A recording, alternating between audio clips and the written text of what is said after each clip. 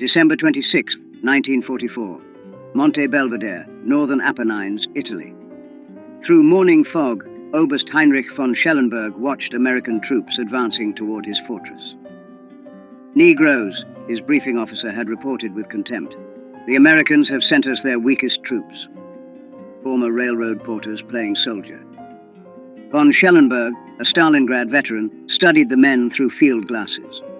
The 370th Infantry Regiment, part of the U.S. Army's 92nd Infantry Division, an all-black unit in a segregated army sent to assault the most formidable German defensive position in Italy, the Gothic Line. Wehrmacht propaganda had prepared German soldiers to expect quick surrender from black American troops. Nazi racial theories declared African soldiers inherently inferior in combat, lacking discipline and courage for sustained fighting.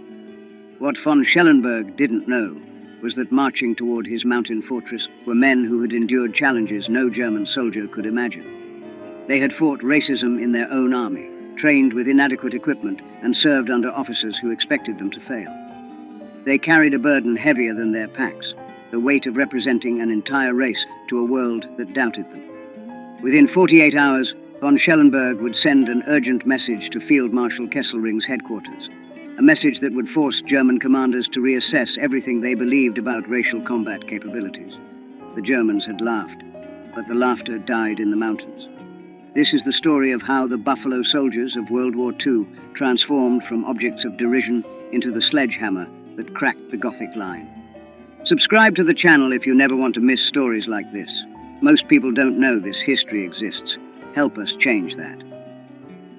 The 92nd Infantry Division activated in October 1942 at Fort Huachuca, Arizona.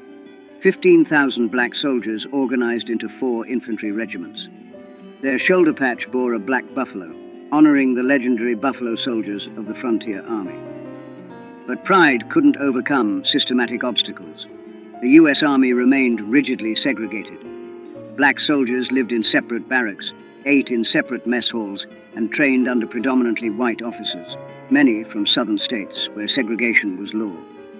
Private First Class Vernon Baker later recalled, "Some officers made it clear they expected us to fail.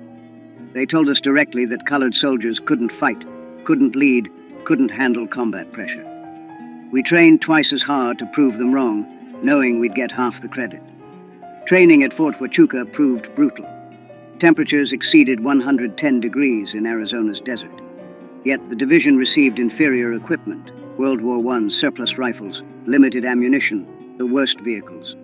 Staff Sergeant Edward A. Carter Jr. wrote, "They give us the oldest rifles, the worst trucks, and officers who've never seen combat. Then they wonder why we're not ready. But we'll be ready. We have to be." The Buffalo Soldiers also faced racism beyond their posts. Towns near Fort Huachuca enforced strict segregation. Black soldiers in uniform were refused service at restaurants where German prisoners of war ate freely. The contradiction burned, fighting for freedom abroad while denied basic dignity at home. By June 1944, the division received deployment orders for Italy's Gothic Line, 200 miles of fortifications that Field Marshal Kesselring had spent 2 years building. The line incorporated 2,376 machine gun nests, 479 anti-tank positions, 120,000 meters of barbed wire, and extensive minefields. The Buffalo Soldiers would face this barrier with inadequate artillery support, inconsistent air coverage, and the burden of knowing that failure would confirm every racist stereotype. German propaganda already mocked their deployment. Wehrmacht intelligence dismissed black American troops as third-rate soldiers suitable only for labor duties. The division arrived in Naples in July 1944. General Edward M. Almond commanded, a Virginian whose racial attitudes were well documented. He openly doubted his soldiers' capabilities and maintained relationships with officers who shared his prejudices. Staff Sergeant Johnny Stevens recalled, "General Almond told us we had to prove ourselves, that people were watching. What he didn't say, but we all heard, was that he expected us to fail. That made us more determined than any pep talk could have." By December 1944, Allied commanders faced crisis. The Gothic Line remained unbroken despite months of attacks. Winter approached. General Mark Clark needed a breakthrough before snow made mountain warfare impossible. The mission given to the 92nd Infantry Division: assault the western anchor of the Gothic Line, capture mountain peaks dominating the Serchio Valley, and drive German forces back. Success would open the door to northern Italy. Failure would mean another winter of stalemate and confirmation of every racist assumption about black soldiers. The centerpiece of German defenses was Monte Belvedere, rising 3,830 feet above the Serchio Valley. From its summit, German observation posts could see 50 miles in every direction, calling artillery fire on any movement with devastating accuracy. Oberst von Schellenberg, commanding the 148th Grenadier Division, had supervised construction personally. Concrete bunkers with 3-foot walls protected machine gun crews. Mortars sat in covered pits, invisible to aerial reconnaissance. The mountains multiplied German effectiveness. A single machine gun could control an entire valley.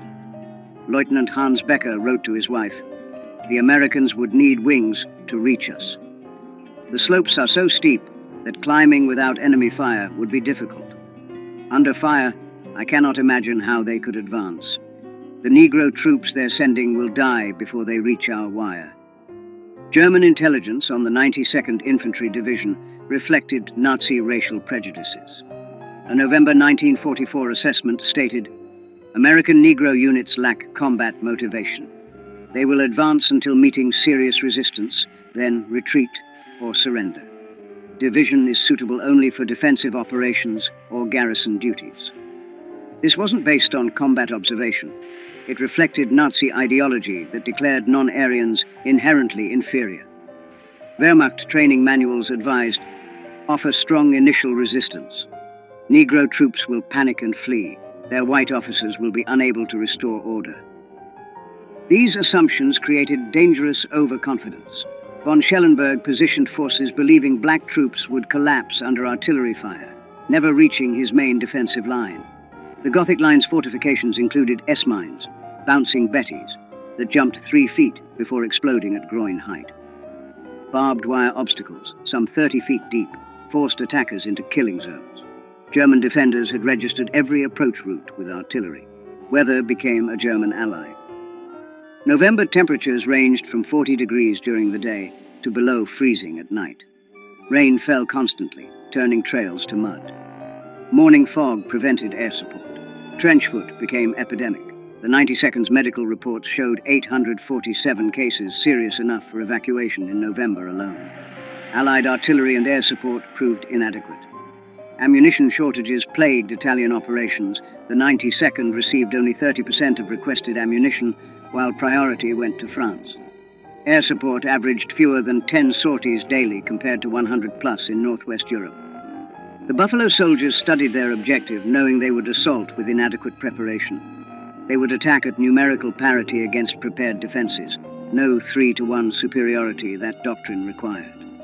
Success depended on courage, determination, and accepting casualties that would horrify commanders who valued their soldiers equally. But these soldiers weren't valued equally. They knew it. The Germans knew it. Failure would confirm every racist assumption. That burden was heavier than the equipment they carried. December 26, 1944. H hour, 0600. The attack would begin in darkness, on ice-covered slopes, against an enemy expecting them to fail. December 26th, 0545 hours. Absolute darkness on Monte Belvedere's lower slopes. Men of Company C, 370 Infantry Regiment, checked equipment one final time. Every man carried 60 pounds up slopes where mountain goats struggled. Staff Sergeant Carter whispered final instructions. Stay low until artillery stops. Watch for mines. When we reach the wire, Bangalore torpedoes go first. Follow me through. If I go down, the next man takes over.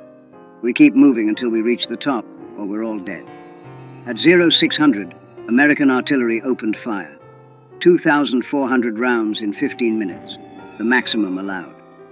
In his command bunker, von Schellenberg smiled.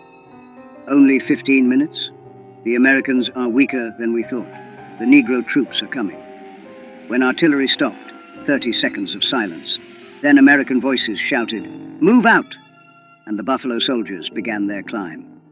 The slopes averaged 45-degree angles, steep enough that soldiers grabbed vegetation and rocks to pull themselves upward.